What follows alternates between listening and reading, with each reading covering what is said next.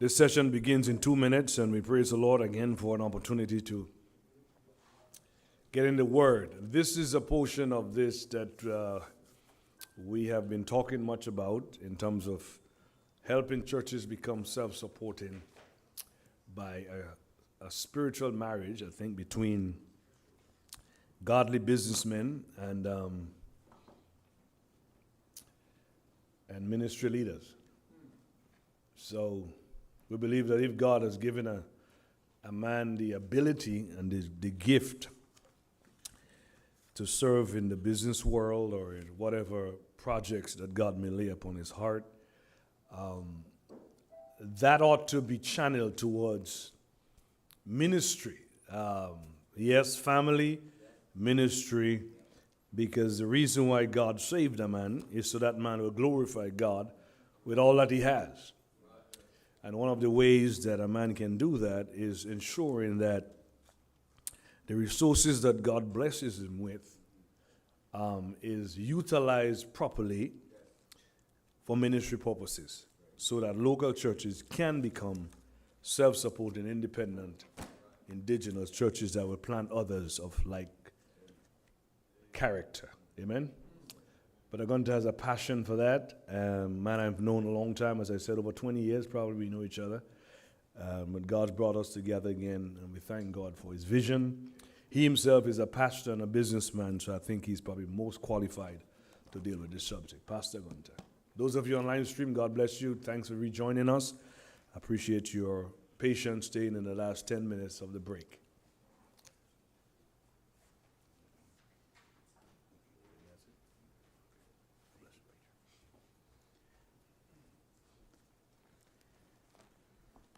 All right.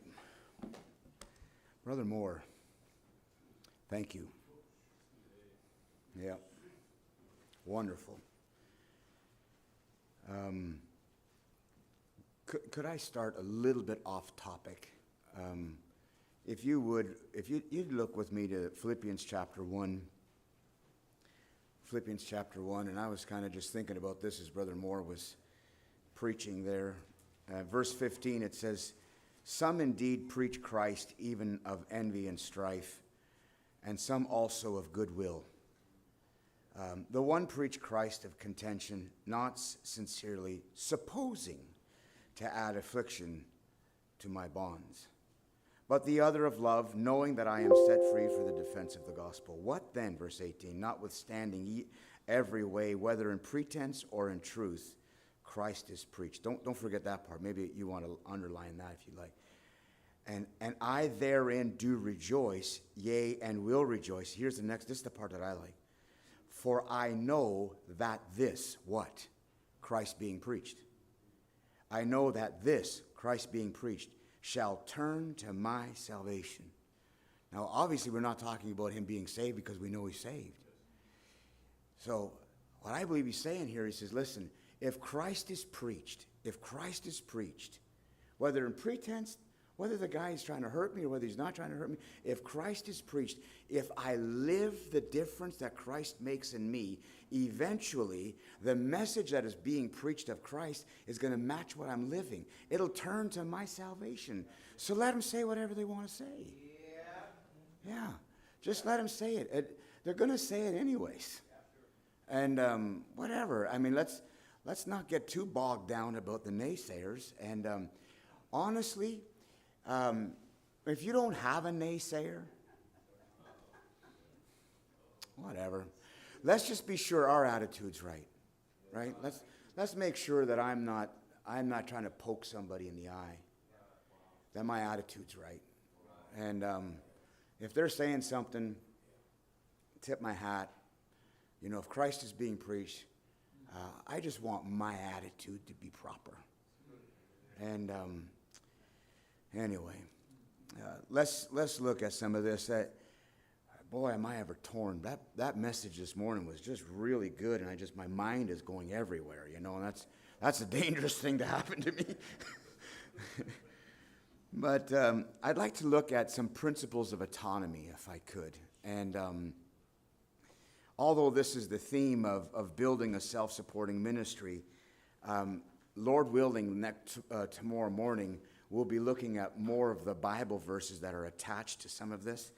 But I do want to ask some questions and maybe see if, I'm not saying I even have all the answers, but I think the best thing is to admit that I don't have the answers, and neither do we, and that God does have the answers. And, I appreciate what Brother Moore just said. He goes, would you really want to go by a brook?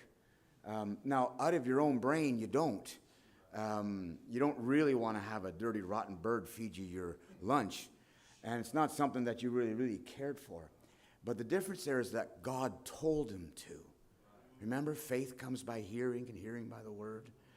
And when God gives us direction through his word, then although it doesn't make any sense, we can trust it. If God's saying it, that's the key, right? Is God saying what we're doing? Or are we just doing it assuming this is what God wants us to do? And so, again, I don't even know if I'm an authority. I even hate to talk about it. I mean, I work as a means to an end. The ministry is my passion. We own a business. We got 3 different businesses that we run, and but it's for a purpose. It's a means to an end. The Lord. Boy, I don't know if I should say this, but if a man provide not for his own, what does the Bible say? Okay, whose responsibility is to take care of your family? You or the church? Man doesn't work? Yeah. Okay. And I'm not saying you have to go out in construction like I do. I'm just saying you can work in an office, you can study. I have no problem with any of that. Got no issue with God the church taking care of God's man. I have no issue with any of those things. But I believe it's our responsibility to make sure that we take care of our own. I don't want to die and leave my wife with some massive debtor that has no idea how to live. And man, how do I take care of him? I don't want my wife thinking about that stuff. So I'm a pastor that really, again, does not care for the status quo, just because it's always been done a certain way.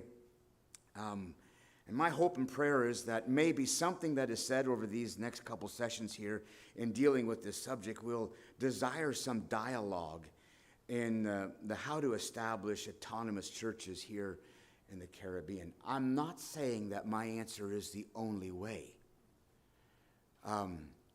I've just been asking questions, and everyone's like, I don't know. Well, is there a plan to establish autonomous churches? Oh, good question. What do you mean, good question? Isn't that the whole goal of starting churches, that they become autonomous? Right? And so my prayer is that we have some conversation about this. And I pray and hope and trust that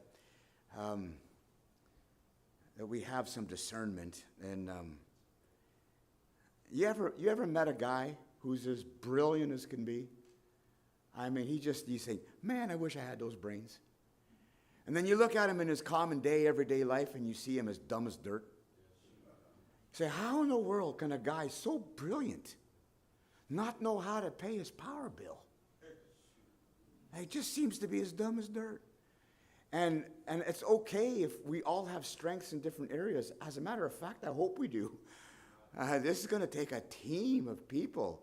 44 million people. Who's going to attack this thing by itself? And everyone's got different strengths. Everyone's going to bring different strengths to the table. Praise God for that. Allow those strengths to be brought to fruition. If they don't do it exactly your way, whatever. Let's not get so hung up on some of those things. So again, my desire always is to be a biblicist more than anything else. And I mean this. I'm a Baptist by conviction. I'm not saying this in any derogatory term against Baptists, but I'm more of a biblicist than even a Baptist. When the Baptists got their harebrained ideas, I'm not always sure if I'm interested in some of those things. I mean, years ago, I was in a meeting, and I was wearing cowboy boots, and they said, you can't wear cowboy boots, you can't have a beard, you can't have wire-rimmed glasses, you can't, They had all of these rules, and I'm thinking, man alive. Brother Jeremiah, you got wire-rimmed glasses, I think. Yeah. And so stuff like that got preached against. I got a white shirt on, but he's got a gray shirt. That got preached against, and I just thought, where in the world is this coming from? You know? Yeah, that's right. Yeah. And I'm just not sure that is something that I want to subscribe to. And on the other hand, let's be careful that we don't. Remember when at least in our area, community churches, they say, I'm not going to be a Baptist, or Bible churches, I'm not going to be a Baptist anymore, I'm just going to be a biblicist. And they took out, I said, I don't want any kind of denominational name. And then the Bible churches became a denominational name.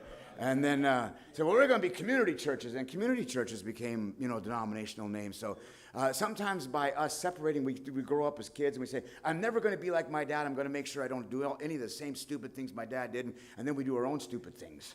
That our kids say the exact same thing of us, and their kids say the same thing, and it's just perpetual.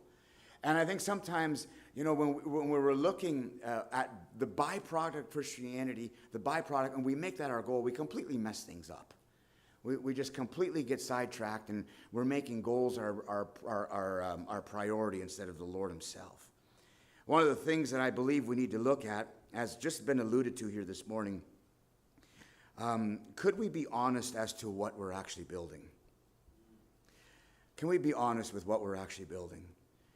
We all know our Lord's words in Matthew chapter 16 and verse 18. He says that he will build his church. We all know that. I don't have, you know the verses there. And I'm assuming we all agree with that. I'm assuming that we're all in agreement when we say the Lord is going to build his church. I don't think anybody's saying anything different than that. We also know the verse in Psalms 127, which was alluded to this Sunday morning, except the Lord build the house, they labor in vain that build it. And we all agree, I'm sure that we agree with that statement. Nobody's disagreeing. A question I have with that is, will we today, ourselves, as already alluded to in this morning's service, will we admit to the vain labor we're involved in? Will we admit to the vain labor we're already doing? Or is it because it's my idea, it's automatically good? Can we admit to it? Like, can we say, man, I don't know if I got Bible for that. Are we willing to admit to that, to say this? There may not be Bible for some of the things we're saying. Now, I'm not against that. Like, I had a guy tell me one time, he came to our church and he says, I don't see Sunday school in the Bible. Pastor, you say you're a biblicist, and I don't see Sunday school anywhere in the Bible, so there's no way. I think you're off on your own thing and stuff like that. And he was accusing us for not wanting to have families because we had Sunday school.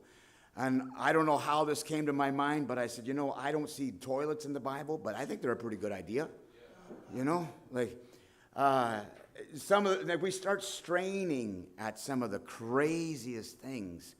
And I don't want to be involved in that kind of straining. I don't. I believe that we can have our own strong convictions about things, and we can preach them, and we can believe them. We don't have to compromise on them, and still be best of friends if we disagree. Right? I don't think we have to dot the I and cross the T exactly the same way. If we're going to work together and work alongside the Caribbean pastors, if we're going to do that, there's just no way. See, these guys have already been, I better careful how I say this, oppressed by supporting churches that say you better do or you better not do, you better say, you better not say, and then come the consequences if you don't fall in line with some of those things. This is why freedom is beautiful. This is why the autonomy of the local church is beautiful. As a matter of fact, the same churches that seem to be putting pressure on some of the Caribbean guys, they enjoy autonomous churches. So, they're not answering to somebody else, telling them how to preach and what to preach. They're the ones instructing these guys out here what to preach and not what not to preach. Why not allow them to be autonomous? And instead of telling them what to do, why don't we just leave it right on their lap and let them stand or fall before their own master? Give them some tools and say, here, if some of you, I'm sure those of you that are stateside, I'm sure that you have probably Christian businessmen and workers that make good money in your church, and they tithe and they give to projects, and you're enjoying that. How about these guys? Could they enjoy it? Right? Just give them the dignity of paying their own pastor.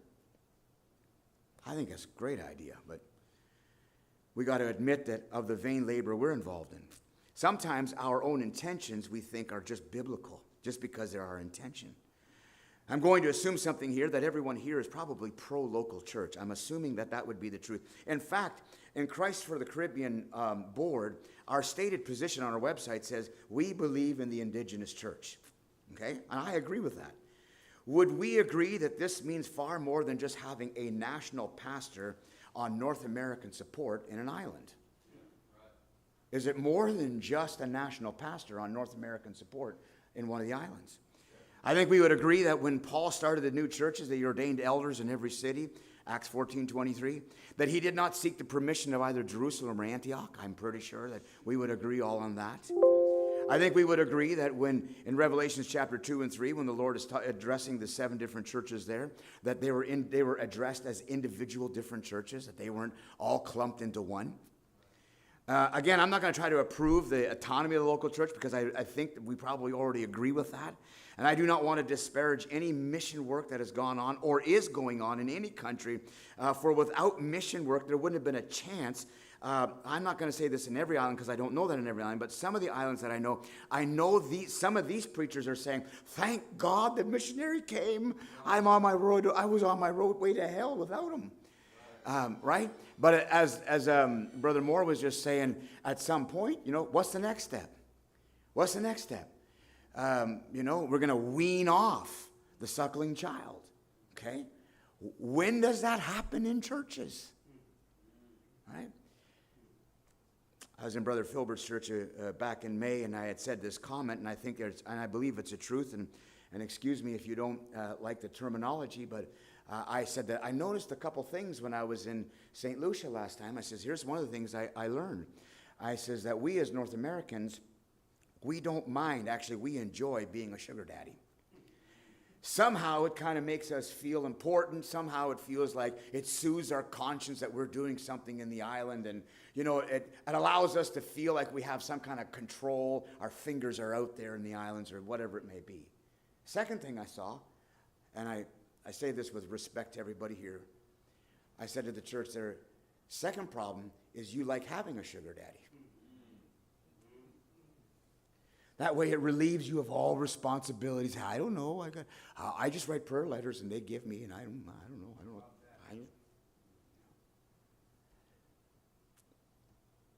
I think we got to be careful of that kind of stuff. Who here as a pastor has heard something along this line when a missionary comes through? We're planning to go to our field, whichever it may be, and we want to start independent, local New Testament autonomous churches or something along that line. Who as a pastor has ever heard that back in North America? Man, I've heard it. That's all I hear. Something I've seen repeatedly is that these missionaries often, not all, again, I want to put a disclaimer in there like Brother Moore did. Of course, this isn't a blanket statement about everybody. But I often seen missionaries, they get to their field and then they leave after several years without leaving a church completely autonomous or indigenous. Or they stay there and they keep the church on life support through the mission dollars that are supporting them. So is the autonomy of the local church a biblical position? I think we probably should answer that for ourselves. I know what I believe about that, but I think every one of us have to come to an answer to that. Is the local church and it being autonomous, is that a biblical position, or did we just dream it up? It's just something that I think we should do. It's a good idea, Would you say to somebody, I think baptism is a good idea, or would you say, no. That's the first step of obedience. Right. Would you say joining a local church is a good idea, or is it just, a good suggestion? Or or is it something the Bible says, hey, you need to join yourself, just like they did in the book of Acts? They were saved, they were baptized, they were added to the church, they continued in the apostles' doctrines. Is discipleship just a good idea? Is it a suggestion or something the Bible really commands? Is it something we should get involved in? Is the autonomy of a local church just a good idea? Or is it something we as Baptists just said, let's distinguish ourselves from the Catholics. Let's create something that looks different. Or is it truly biblical?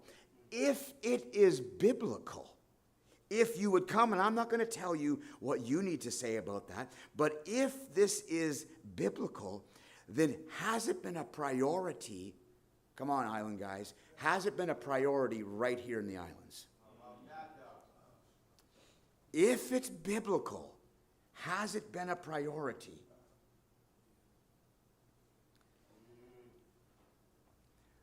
Will you allow me just to be me and just say things, and if you don't like it, you'll just like dismiss it and pretend you didn't hear it? Can you do that?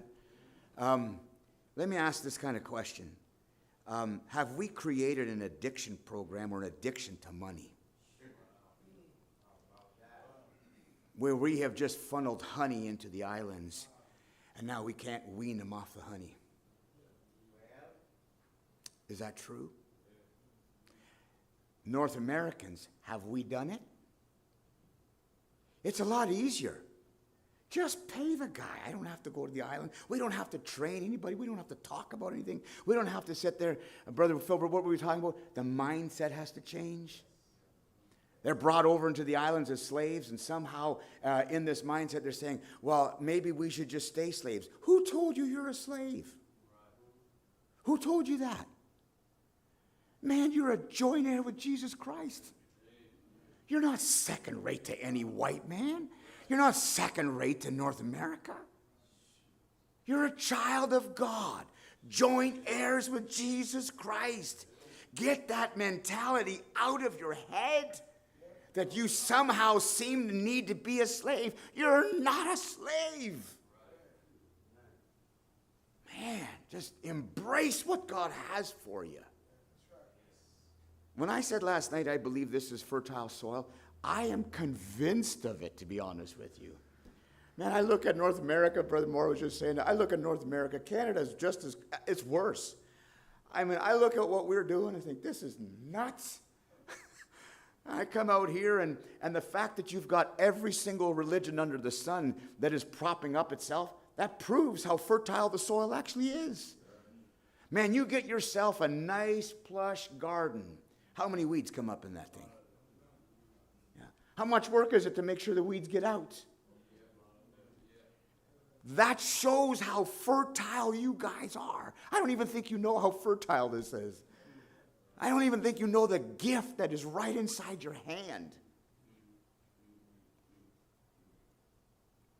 We emphasize the easier functions of the gospel. And I'd say we've probably guilty not placed proper emphasis where we should have. Again, I'm going to say a phrase, and I know that I've said it, and I know that you guys say it. So I'm not picking on anything. I'm just saying, for years we've said this phrase, keep the main thing the main thing. Who's ever said that? Come on, we all do, right? We all say that. But I think, as we said last night, I think we can agree that the Great Commission means more than just preaching the gospel. Would you agree the Great Commission that we have, again, as we said last night, the preaching of the gospel, the baptizing of the saints, and then we have the teaching to observe all things whatsoever I've commanded you? Would that all be there? Yes. Isn't that what Christ for the Caribbean is actually supposed to be standing for, as we heard today? Yes. Out of the three-part commission, again, we know which one takes the longer, as we looked at last night. It would be the teaching of the saints to observe all things. That takes the longest. Yet the one part that most of us emphasize or we get involved in when we go to crusades or we go to conferences, the one part is the one that we get the easiest results from so that we can notch on our gun belt how many people made a profession of faith. And we don't want to talk about who's continuing daily. 1983, Grenada was freed from the communistic regime under American leader Ronald Reagan. Missionaries started going out to Grenada and started preaching the gospel, and the churches were started. And I don't think that there is any preacher here today, that, especially from Grenada, that is not thankful for the gospel coming to their island. And yet after 40 years of holding crusades and revivals and outreach programs, stay with me, guys, please stay with me here. After 40 years of holding crusades and revivals and conferences, I believe, if I'm right, I believe there's only one autonomous church in the island. Am I right with that? And I believe that's this church that Pastor Jeremiah started. Oh, that yours? Okay. And so, out of all of these years, 40 years of crusades, Let's say 2, I don't know. 40 years. In part, I believe that this is because, and I'm going to defend some of these pastors here, they were instructed to do the missionary thing that they are doing today. If I'm correct, these men would get called to preach, saved, called to preach, encouraged to go to Bible college. I'm not against that. And then the next words are, why don't you hit up those North American churches for support and then just come back? Okay? Nationals being told, go to the U.S., hook up with a sugar daddy, and come home. Okay? Where did we get off saying that kind of stuff? Can we find Bible verses for this stuff? And in part, you know what we've created? A dependency that is going back to North America. And if I'm correct, one autonomous church. Brother Celestine and I were crunching some numbers, and I don't know for sure if our numbers are correct, so please don't listen to the numbers so much as the point that I'm trying to make with it. So we're crunching some numbers, and we're trying to take average numbers of what missionaries might have been making when they were coming over the last 40 years, and maybe you can even add in some money that was given to special projects. I know last year, Brother Celestine, he was able to raise $500,000 to get a Bible in every single home in the island. Perfect. But let's just say that if the numbers that we were crunching, if they're close to correct, I don't know if they are, but let's just pretend that they are correct, just for argument's sake. So we're crunching some numbers and we're thinking, okay, this much a year, whatever, 40 years, blah, blah, blah, special projects, whatever. And I think if we are correct, anywhere is between $14 and $15 million. Okay, so don't get too hung up on the number, but just listen to the point. Let's pretend it's $15 million. $15 million, one autonomous church.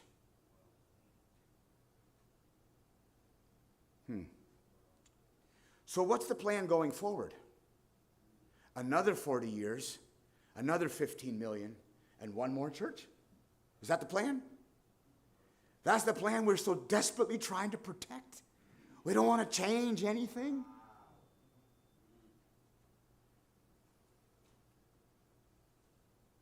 I think we all know, and we can't predict the future.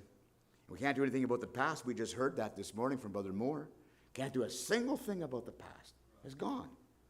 But how about now and moving forward? So what I'm saying is, it's not for a lack of money pretending it's 15 million. It's not for a lack of money going into one island, Grenada.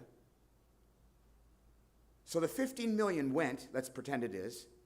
Could the same 15 million have gone and have produced a different 100-fold yield?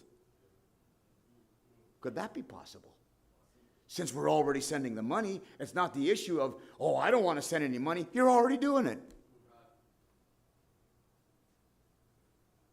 If we aim for nothing, we are bound to hit it. If we aim for nothing, we're bound to hit it. Is being a steward of our mission dollars a simple business approach to church, or is it a Bible principle of stewardship? I think we should probably at least have a conversation about it. Because we've always done it one way, even something we have no Bible verse for it, is that automatically equated with faith? Do we just keep doing the same thing, hoping for a different result? Or are we ready to take a look at some options that might help churches become autonomous with their own national pastors? Is that conversation, is it on the table? Or do we just wipe it off the table and say, nope, I want to do it the way I'm doing it because this way I have full control over our missions dollars? And if that's your view, I'm not going to tell you what to do. If you're a pastor and you have a view on this, by all means, do whatever God's telling you to do. Don't let me dictate anything. All I want to do is just maybe throw some thoughts out there so maybe there might be a conversation that could be had. Are we willing to admit, as we saw last night in 1 Corinthians chapter 3 and verse 10, that how we've built on the foundation may not have been gold, silver, and precious stones? That once that's tried by fire, we might find out that all of our own brilliance is just wood, hay, and stubble, and it can't stand the test of fire? Started going to Grenada 20-some years ago, I think it was, and became aware of some different groups that were going to Grenada at the same time. And some of these groups, again, I'm not trying to disparage any of them, but some of these groups would rent stadiums or they would hold some crusades. And I would hear a while back, and while I was at home, some of these groups, they would boast in some of their letters or their emails or whatever. They say, man, we had anywhere from 2,000 to 4,000 people get saved at these crusades. And I'd be listening to what these guys are telling me, U.S. and Canada side. And so since I knew some of the pastors in Grenada, I would privately ask these pastors, how many people started coming to your church, or how many have been baptized as a result of the massive numbers that are being shown in emails all across our part of the world? The answer was almost always none.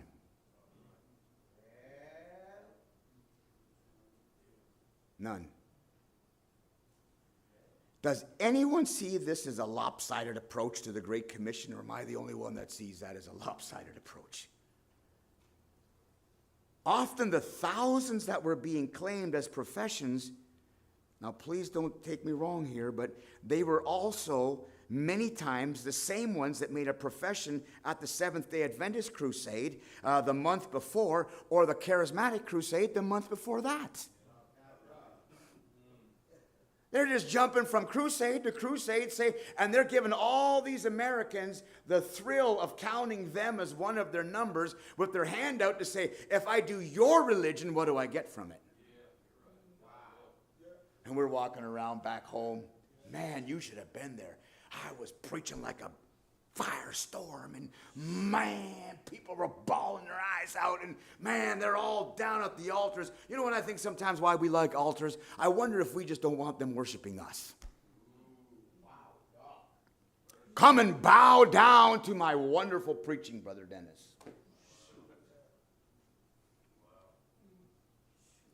I am not downplaying anyone that has come to the saving knowledge of Christ. I'm just not sure that we have as much to brag about as we claim. Can we be honest enough to see that the flesh's desire for exaltation is on full display? And don't kid yourself, North Americans. These Caribbean guys see right through it. And while they may not say to you, because they feel obligated not to bite the hand that feeds them, they feel obligated not to say anything. In their minds, when you go home, they think something along this line, whew, glad that's over with. Now we're left to clean up the mess. Brother Dennis, I know you know what I'm saying.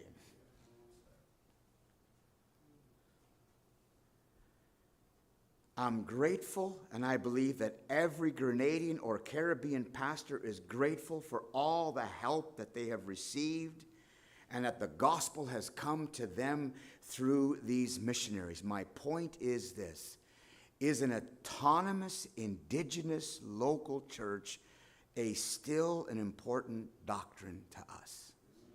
If it is not, because there's people who just take a universal approach, okay? I'm not going to fight them. If Christ is preached, I'm going to rejoice. I'm not going to turn him into my enemy. I'm not going to write books or magazines and try to tell everybody the only one who's right is me and all that kind of garbage. I'm not into that. None of that kind of stuff. But for those who say, I believe the local church and the autonomy of the local church is an important issue, an important doctrine that we believe is true from the Word of God. If so, how can any from the outside or inside the Caribbean, how can they tell that it's important to us? I appreciate Brother Jeremiah. He is pastoring here at Calvary. And I believe this church is the same. They both support their pastors. Okay? Say, oh, well, come on, you can't say that. They're in the Cayman Islands. They're just flowing with money. Have you taken a look at how much land costs around here? If you've got to buy a house for $2.5 million and you're making $20 an hour, good luck. Right? So the challenge is just as real for these guys. Brother Marvin Smith, the fourth, is coming to pastor here in November. I'm excited. I texted him today. I said, I'm teaching from your pulpit today. Ha ha.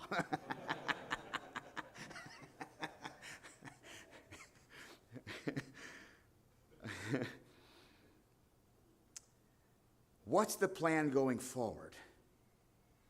Is the autonomy of the local church, and I mean this respectfully, is it on any of our radar? If it is on our radar, is there aim for nothing, you're bound to hit it? Is there a plan? Are we just doing a hope for the best type of thing? Or is there a plan that says, hey, Brother Lambert, we want the church to be self-sustaining and that you be on full-time support from your own church so that you don't run around North America raising money for 3 to 6 months out of the year? Is there a plan for that? Oh, that's his problem. We told him to go to the States. We told him the only way you're going to stay alive is if you go to the States and raise money. That's what we told them. And now we're shooting at him for going to the States to raise money. So why not come alongside Brother Lambert and say, brother, do you see the importance of the autonomy of the local church? Do you see the importance of that, Brother Lambert? He says, yeah. Okay, so what tools can we help him with? Because we're interested in the local churches becoming autonomous. Is there a plan on the table? We're probably going to say no. I'm not an authority on it by any means. But I've never gone and raised support. As a matter of fact, when the pastors in my area, they said, you need to sell your business, and you need to learn to walk by faith, and you're going to have to learn to give yourself full-time to the ministry. Bless God, none of this part-time stuff. Now, I'm jumping ahead, but we're going to find out tomorrow the Apostle Paul travailed with hands night and day. Uh-oh. I bet somebody should have told him to stop his part-time stuff.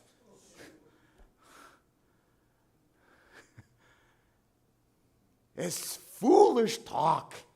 There's no Bible to half the things we're telling these guys, and we're shaming them. First we tell them, do what we tell you, and they do.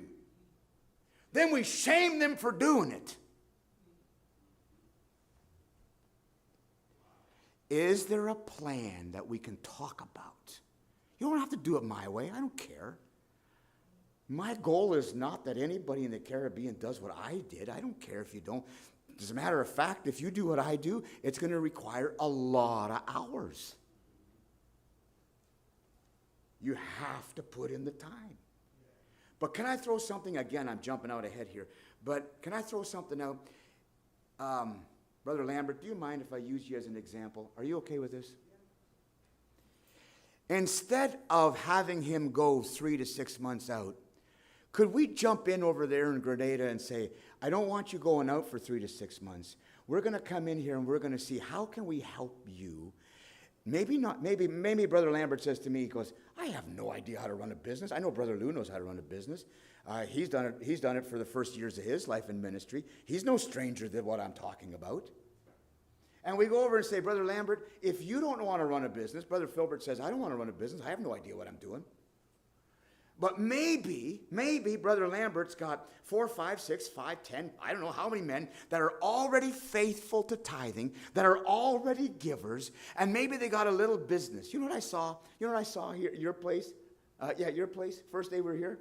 You know what I saw? I saw a van pull in. And the guy opens the back door, and he's got a pressure washer, washing his wife's car. Then as soon as he puts the pressure washer away, he opens the side door, out comes a vacuum cleaner. I thought, look at that. You think that could be done by a Baptist? Or can only unsaved people do that kind of stuff?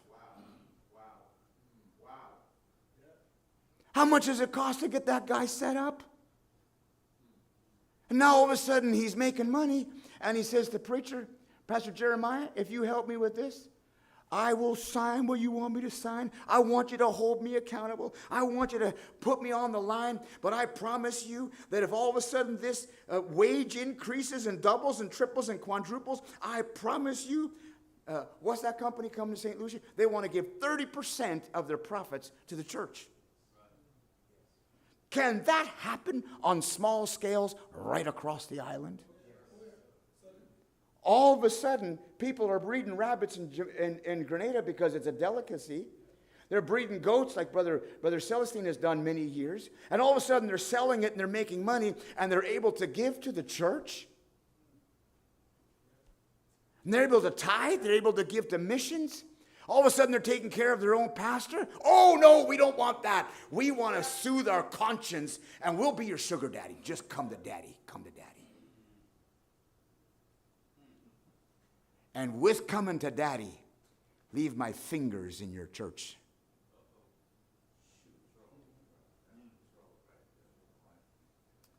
Oh, we're just helping these brothers. Am I making sense, or does this sound totally crazy to you? Yeah. If you take time to talk to many of these national pastors, you'll find out the ways things are here right now is what they've been taught. As a matter of fact, I probably heard 4 times as I started talking to the nationals here about the autonomy of the local church. I probably heard this phrase 4 times. We were never taught this. We were never taught this. Now, that's just talking about Grenada. What about the rest of the island, Jamaica? I'm sure this brother could tell us all about that, what's going on there. I mean, once Grenada was freed from the white, and the white man said, just go to the U.S., get yourself some support, and live off of that, and that's exactly what is being practiced almost all across the islands. Yet that was not told. What was not told to them is that in many of the cases, again, not all, but in many of the cases, those who were receiving the money would also become recipients of the control or the strings or the influence through the support that they were getting. They didn't know that was part of the deal. And now they don't know what to say. So then as a result, you might find out that some of these pastors would spend up to, like I just said, maybe 3 to 6 months in the U.S. trying to raise support, that some might even leave their churches into the care of other people. And sometimes, not always, but sometimes, Brother Celestine could attest to this. He just finished telling me about a situation where a pastor went to the U.S. and he left the church to a person that most likely should not be taking care of that flock. Right? They don't know how else to live. They're doing what they're told.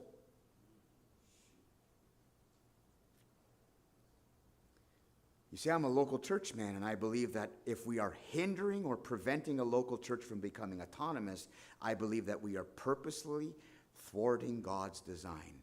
How do we as North Americans do that? Well, we keep being their sugar daddy. That's how we do it. Why not say, it can't be done? Well, Brother David Adams told me yesterday, he says, I'm not living on support, didn't live on support. It was tough, scratching his way through those first early years. Now he's probably got a little better than we had in those first years, but if it can't be done, how in the world does this man do it?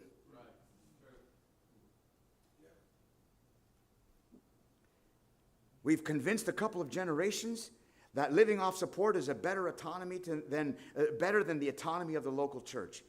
Have we created an addiction, an entitlement mentality? Does speaking out against something like this, does it sound like heresy? Some, yes. I was on the phone last week with a missionary out in the islands here, and he said to me, he goes, Brother Gunther, 5% of what you say could probably happen.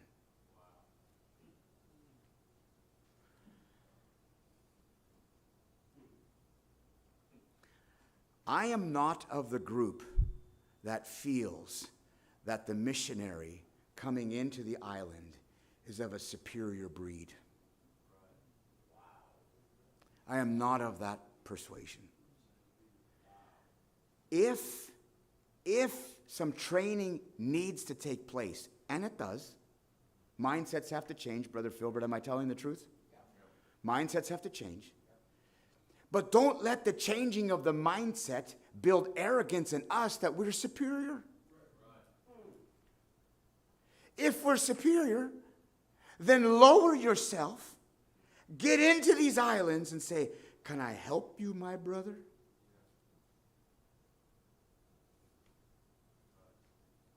Instead of us looking for the best seats in the house, instead of us being a respecter of persons, why not say, Brother Lambert, I don't know much, but I'm willing to share what I know, and man, I hope it helps you. Right? And maybe while I'm there thinking that I'm imparting some great wisdom, I'm listening to Brother Lambert preach and teach, and all of a sudden I go home and say, I'm a nothing. I need him to come help me. Right? We have funneled millions of dollars into the islands with a handful of churches. I'm asking, is there a better way to take some of this money, invest it directly into the people, that in turn can support the local church, so the church can be autonomous, and just the same way we do it back home? Or does autonomy only work in North America? If we have business owners and working people in our church that are supporting the ministry, is that saying that we're not walking by faith? Because we're telling these guys, just trust God by faith. You know what we're doing? I'll tell you exactly what we're doing. Brother, you need yourself to get yourself a building.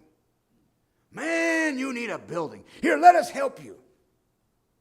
And they come in initially, and they'll pour some money into it, but they can't help, or they can't continue, or they can't finish. And you know what they say when they walk out? Brother Celestine, just walk by faith, brother. Do you really think we would do that back home?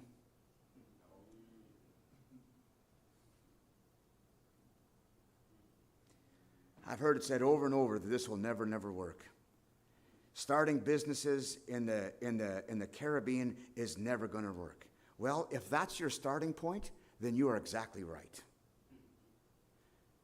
And I've heard it said even from national pastors that the mindset in the third world countries, it won't allow this to take place. You hear that? Our mindset won't allow this to take place. No one has even suggested, maybe we should change the mindset. Oh, I never thought of that. Maybe we could spend some time in just saying, this is what happens to work in our area. If it works for you, great.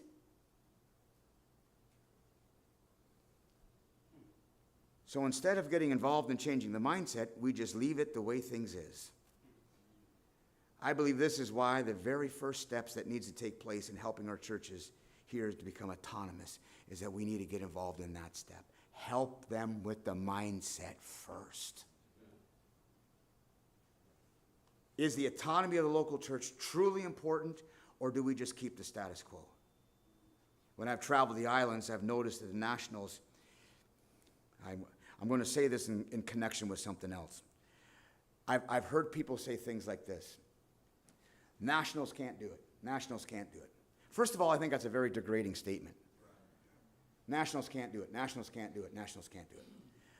I've not been to all the islands, but as I've traveled the islands, you know what I noticed? A national can own the gas station. A national can own a hotel. A national can run a restaurant. A national can have a business. A national can even pay his own mortgage. Go figure that. He can even pay his own rent. Oh, shocker. So what you're telling me is the only thing a national cannot do is become an independent Baptist and tithe and give to the local church and support their own pastor. That's what we're saying. They can do all of these other things without being prodded and poked and say, come on, please pay your mortgage this month. They can do all of those things. They can run restaurants that are profitable. They can buy cars. They can put in their own gas. Come on, talk to me. Except for a Baptist. No.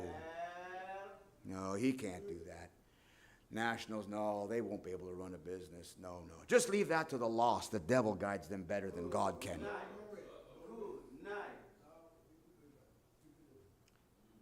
See, I'm just not of that persuasion. I'm just not there. I listen sometimes, and this man is a dear friend to me, and I listen. Have you ever heard this guy preach? Man, he can preach the house down. He will put so much meat on the bones, you sit there and say, man, I can't even swallow this stuff. Right? Come on. I think these are degrading statements. I believe we're playing partisan games when we talk like this, and we are respecting persons by saying what is good for us is not good for them. I would agree that this has not been taught, and I also would agree that it needs to be taught. But let's have an open conversation about it. Let's be honest.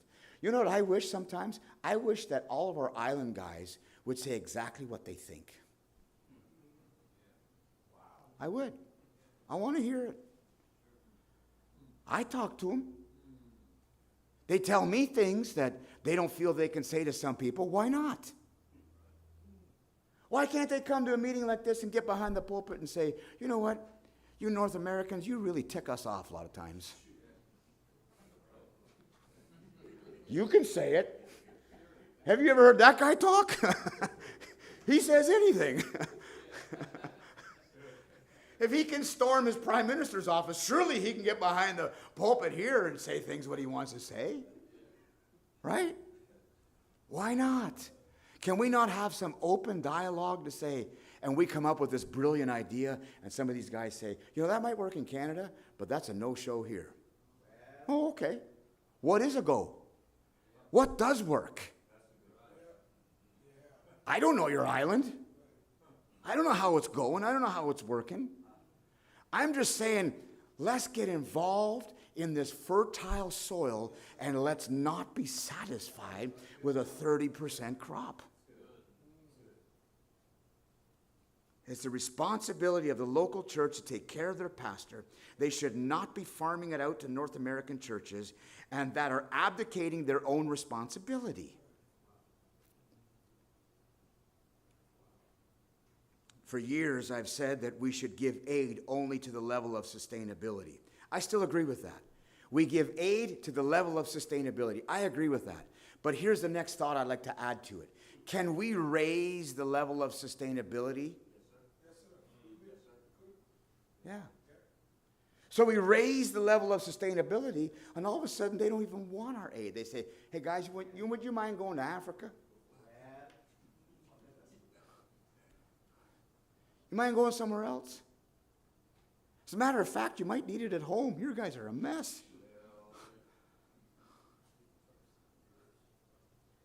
Do you think that we could get involved in increasing the level of sustainability here in the islands? I believe so.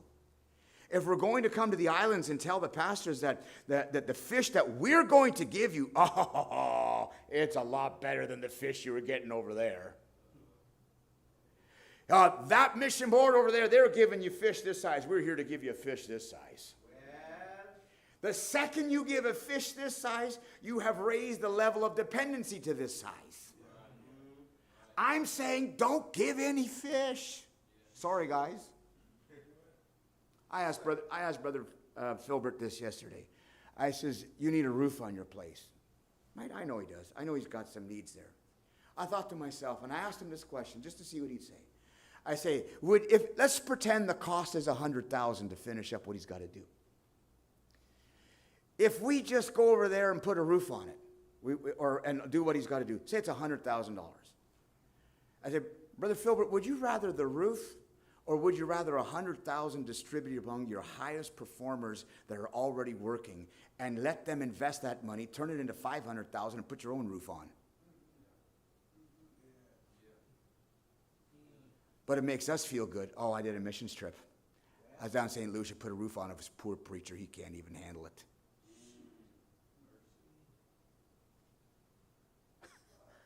Can you catch the degrading tone of that?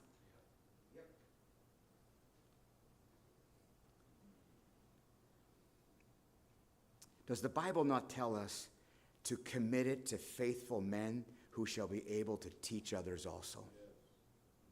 2 Timothy chapter 2 and verse 2. Are there some faithful Caribbean pastors, and some of you that are faithful Caribbean pastors, do you have some faithful men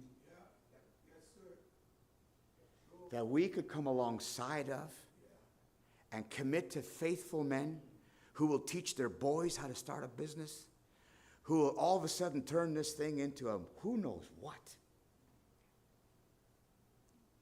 In other words, our businesses in these churches, can't they be run by faithful men? And can they invest into their own church like we do at home? Instead of handing out fish, do you think that we might be able to finance a ship and some nets and be able to have these guys go out and do their own thing and then pay the ship off?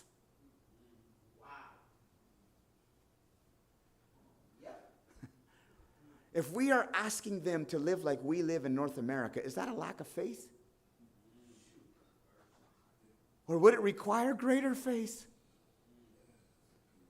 Can I come to your church as an agent of Christ for the Caribbean? And can I say to your church, I'm raising money for the Caribbean. We want to come alongside the national pastors and help them become autonomous churches. And the church says, oh, yeah, poor guys. Let's give them $25 a month. And I said, no. No, I didn't want $25 a month. I want $25,000, maybe $100,000. I said, but here's the kicker. If you give me $25,000 in a year, I'll give it back to you. Because I'm going to go over to Brother Filbert's or Brother Celestine's or Brother Lambert's, and I say, here's a way to invest into your people that are already doing it and let them create the funds. Is there training involved? Yes. Is there a fear of theirs being waste? Yes. But we're wasting now. Come on. I say, Brother Lambert, I want your best business guy, and we're going to load him up with $50,000. And every 2 weeks, he has an accountability program to show what has been done with the money, how much is he making, and I want that $50,000 back in my pocket so I can go over to Brother Foster and Brother Lou and say, here's your money back. Yeah. That's right. Any mission programs like that going around?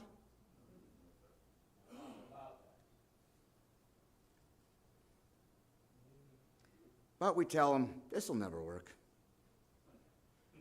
Because the Nationals are hooked on the U.S. support and they're addicted to the funds. Number two, it'll never work because we don't believe in them.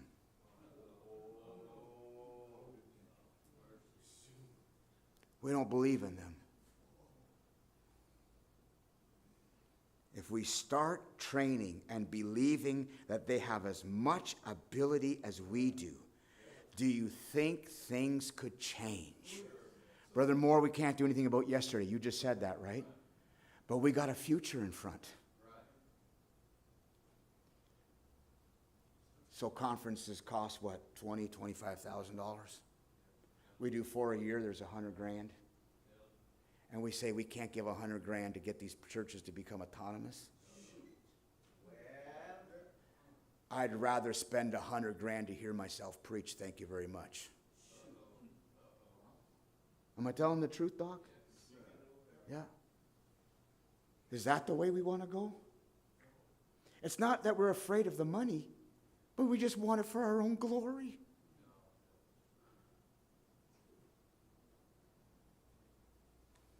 Where's our faith in believing this?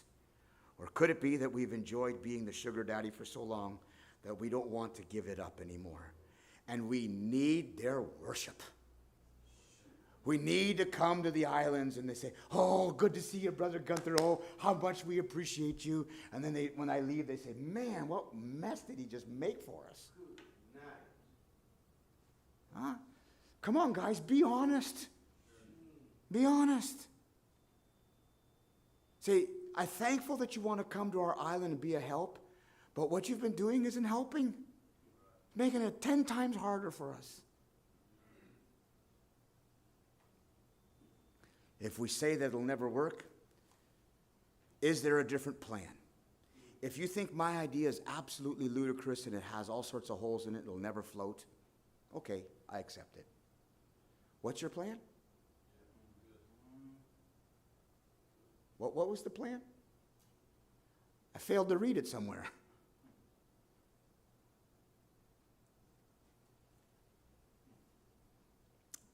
Can we help you with accountability?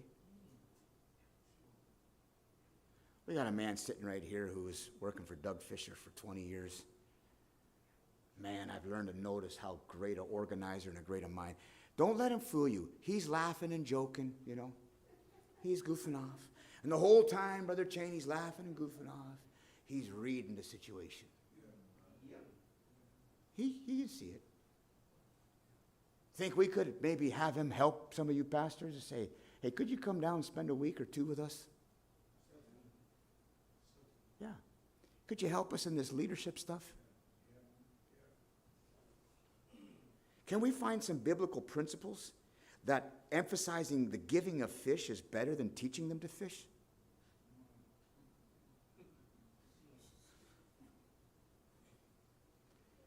I recognize that there is a fear of enabling. But you know what it is? You're already enabling. If we are preventing or hindering the church from being an autonomous church, then we are already thwarting God's design. We're already enabling. I'm just saying, let's stop it. How about putting some of the onus, I'm running out of time here, but how about putting some of the onus right square back on these guys' shoulders? Right, Brother Jeremiah? Man alive. You pastor that great church over there, got a school going. I mean, he's got a building program, and everything here is $1 million. You can't breathe. You can't even feed a chicken without paying $500,000 in taxes.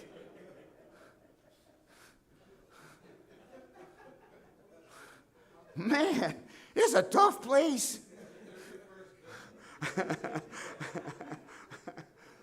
Man, these guys from Jamaica say, we'll take care of your chicken problems.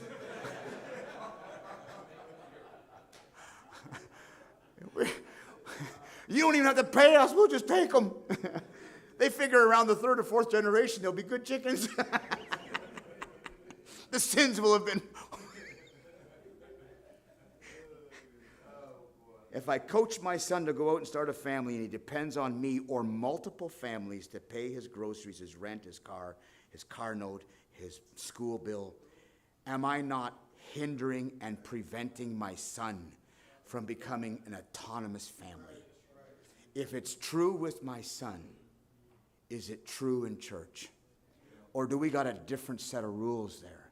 And if we do, where's the Bible for it?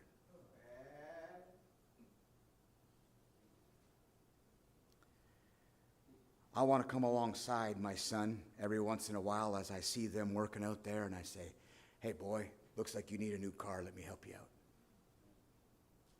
He's not asking me. He's not begging me. Can I say something to all of you, my Caribbean friends, that I love dearly with every ounce of my being? Don't sell yourself short. You're not a beggar. You're not a beggar. The love of money is the root of all evil. Don't introduce yourself as someone who's begging for something. The love of money is the root of all evil. Right? We're co-laborers together. You got fertile soil. We don't. At least that's my opinion. At least in Canada. Maybe some of you Americans say, no, we're still fertile. Maybe you are. Maybe there's pockets where it is. But you guys, and I don't know how or what, but somehow I'd kind of like to get alongside of you and work with you on some of this stuff. I have no idea. We started our church 23 years ago with 6 different Jamaican families. I feel like I got Caribbean blood running through my veins. And I keep coming back, and the Lord keeps drawing me back here. But I know I'm an outsider. I get it. I wish I wasn't. I got the wrong color skin to be able to be fitting in with all these guys. They look at me and they say, look at that white guy. Who does he think he is?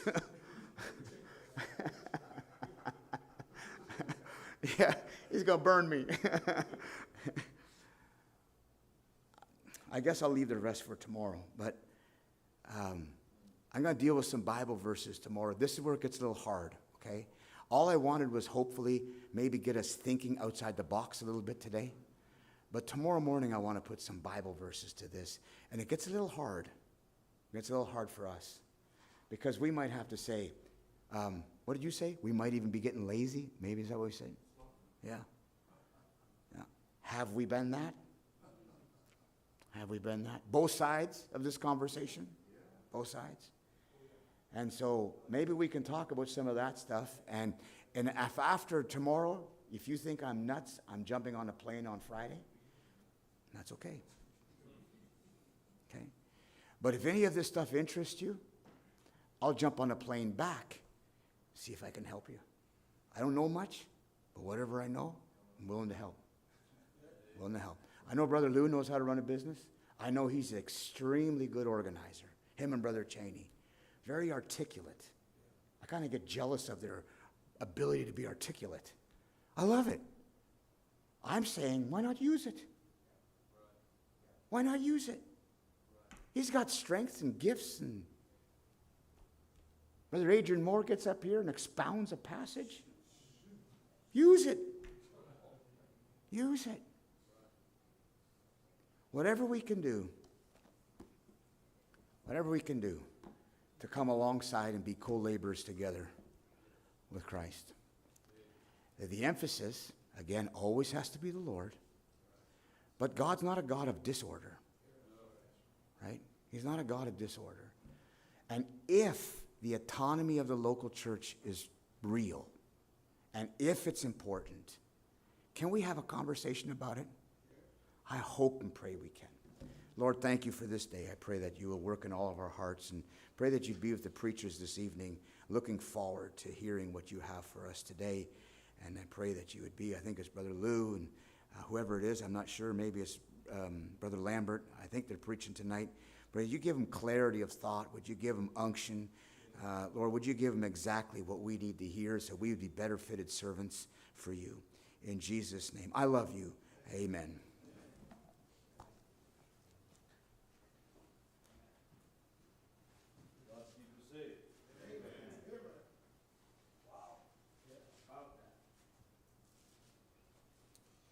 I believe before this conference is over, we'll get some, I presume, some practical aspects of how we can actually flesh that out in our churches. We could actually identify businessmen, men who are already working, or even if they may not have their own business, but they have ways that they can enhance what they're doing, or maybe start something. There may be people who may never thought about that. We could probably plant that idea in their heads, that they can start something alongside what they're doing as a sort of a, you might call it a little, something that's, along with the jobs that they're doing for other people.